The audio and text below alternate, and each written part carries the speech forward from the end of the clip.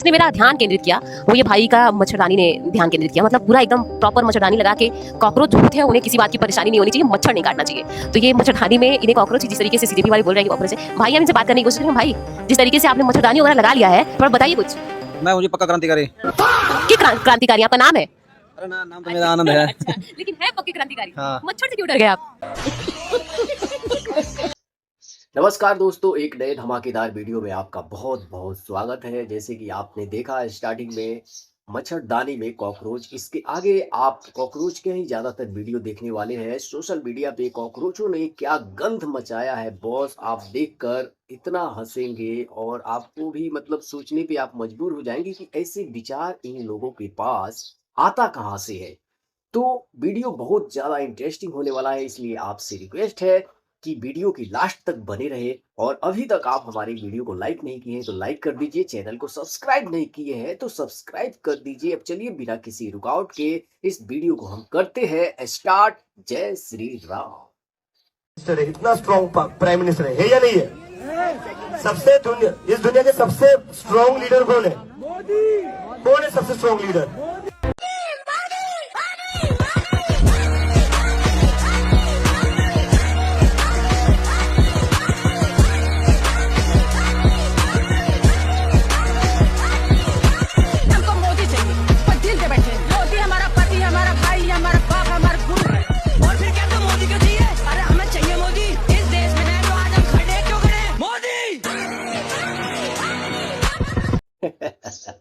एक बार में सुनाई नहीं दिया तो 3 बार बंदे ने पूछा।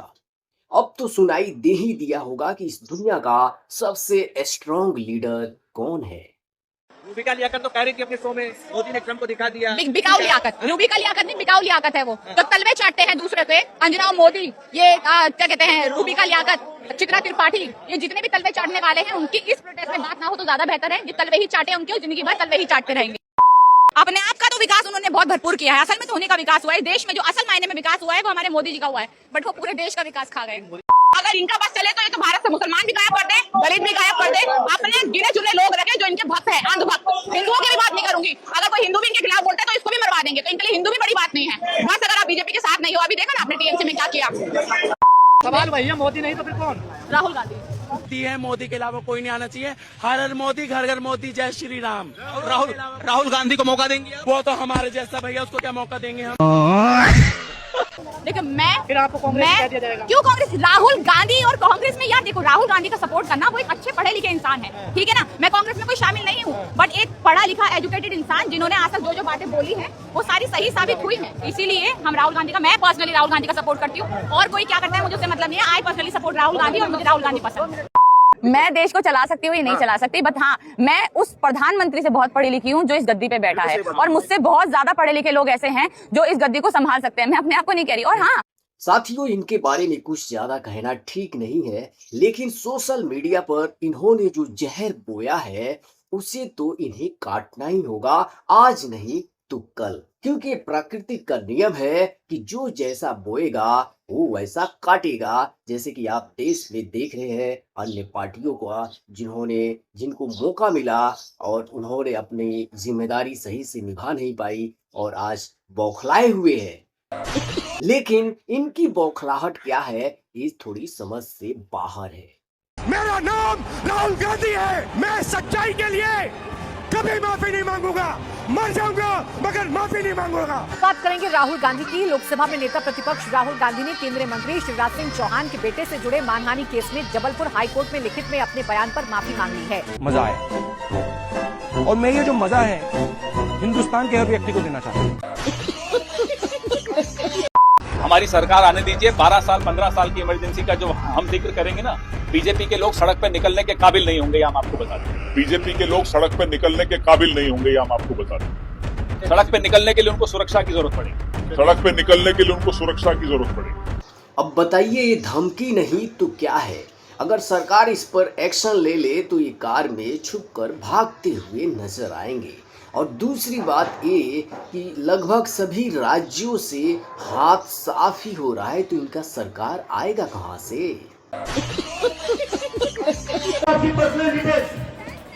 क्या करना है लोगों का आधार कार्ड जानकर, तो उनके घर पर रेड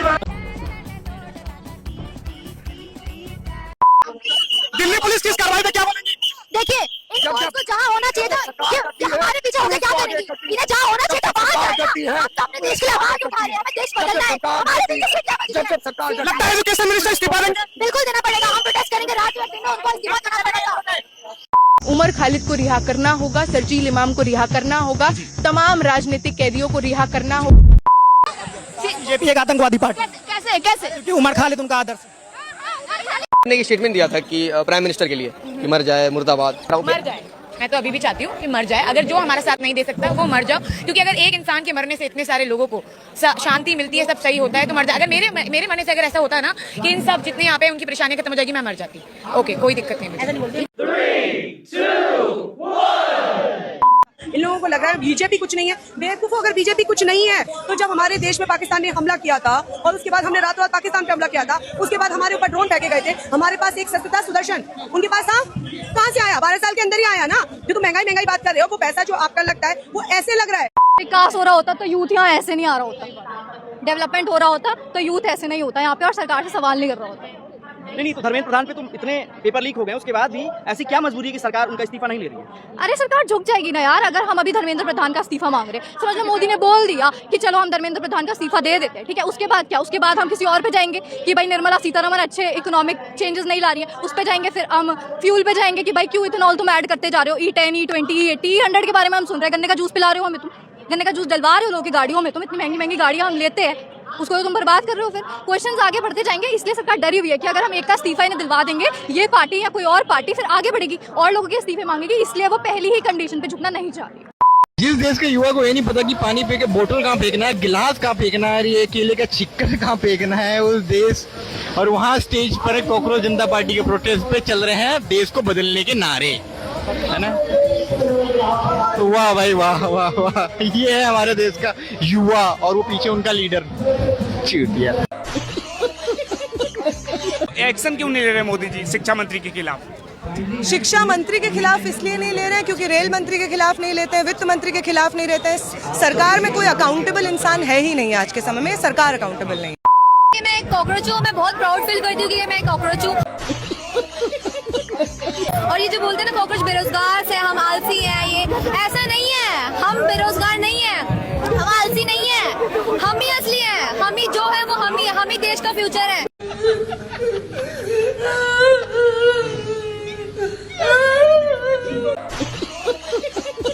कांग्रेस पार्टी की रैली या कार्यक्रम की वजह से तमाम छात्र जो हैं समय से अपने एग्जाम सेंटर पर नहीं पहुंच पाए। सरकार किसकी है? सरकार किसकी? नीट एग्जाम कौन ले रहा है? केंद्र सरकार। अरे यार सरकार किसकी है? आप लोग क्यों दूसरों को टारगेट? सरकार किसकी है मुझे बताइए। तो वहाँ कांग्रेस की है। एक सेकंड, केंद्र नीट की एग्जाम कौन ले रहा है सर? हो गया सर। अभिजीत भाई नहीं बोलेंगे आप? बाकी लोगों से भी बात नहीं बोलेंगे आप? कांग्रेस में नहीं बोल रहे हैं आप अभिजीत भाई? भाई सबसे पहले तो इस कॉकरोच को कोई थोड़ी सी हिट की दवा दो, इसका दिमाग खराब हो चुका है। तो मेरा जेंजी से सीधा देश के युवाओं से सीधा पूछना है कि ऐसे ही चलेगा या कुछ करना है? सड़कों पे उतरिए, आंदोलन कीजिए और इस घिनौने खेल को बंद कीजिए। आपने देखा वो चारों तरफ इतने होल लगे पड़े हैं इनके, पूरे देश में कहीं चले जाओ, किसी गांव में चले जाओ, होर्डिंग ही होर्डिंग लगे पड़े हैं जी। कहां से आ रहा है जी इतना पैसा? टीवी खोलो, टीवी में इनके एडवर्टाइजमेंट आ रहे हैं, रेडियो खोलो, रेडियो में इनके एडवर्टाइजमेंट आ रहे हैं, अखबार खोलो, 6 पेज के फुल पेज एडवर्टाइजमेंट आ रहे हैं। कहां से आ रहे हैं जी इतने पैसे?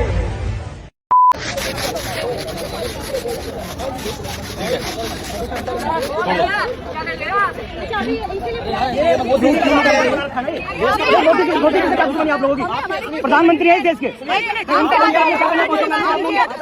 मोदी जी आगे आवाज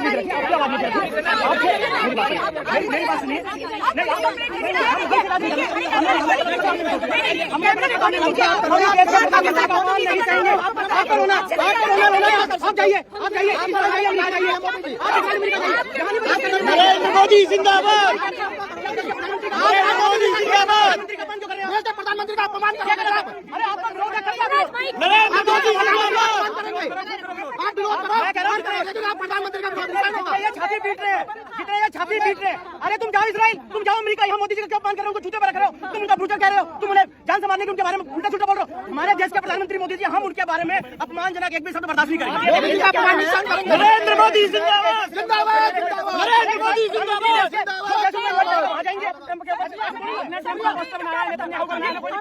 लेकिन मोदी का देश हमने इनका अब्बा लगता है, कल्याण हो रही है, तभी छाती पीट रहे हैं।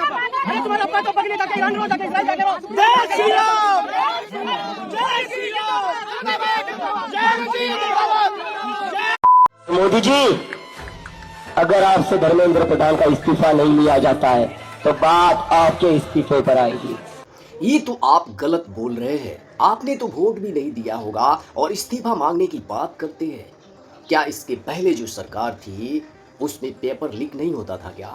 उस समय कहाँ थे आप लोग? कभी इस तरह का आंदोलन देखने को नहीं मिला।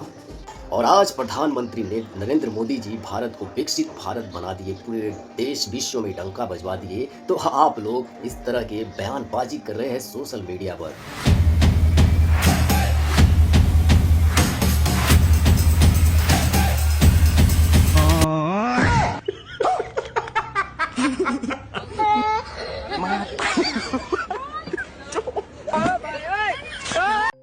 दोस्तों, यहाँ तक वीडियो देखने के लिए आपका बहुत बहुत धन्यवाद। अगर आप वीडियो को देखते हुए यहाँ तक आ ही गए हैं तो किसी भी तरह से चैनल को सब्सक्राइब कर ही लीजिए। यहाँ पे आपको मिलेगा ट्रेंडिंग न्यूज के रिएक्शन और उसका विश्लेषण जो होता है। आपको भी पता है, आप यहाँ तक इस वीडियो को देखते हुए आए तो आपके विचार पे मन में क्या विचार आया इस वीडियो के प्रति, इन लोगों के प्रति, आप अपनी राय कमेंट में हमें जरूर बताइएगा। और इसी तरह का अपडेट आपको इस चैनल पर देखने को मिलेगा। और मुझे लगता है कि वो जो लड़की है लेडी कॉकरोच, उसको इतना भी बोलना ठीक नहीं था। वहाँ पे और लोग भी है जो अपने मर्यादा में रहकर बोले हैं, लेकिन ये कुछ मर्यादा से बाहर जाकर बोली हुई है। इसके बारे में आप कुछ स्पेशल जरूर कमेंट करना। हम फिर मिलेंगे नेक्स्ट वीडियो में। जय हिंद, जय भारत।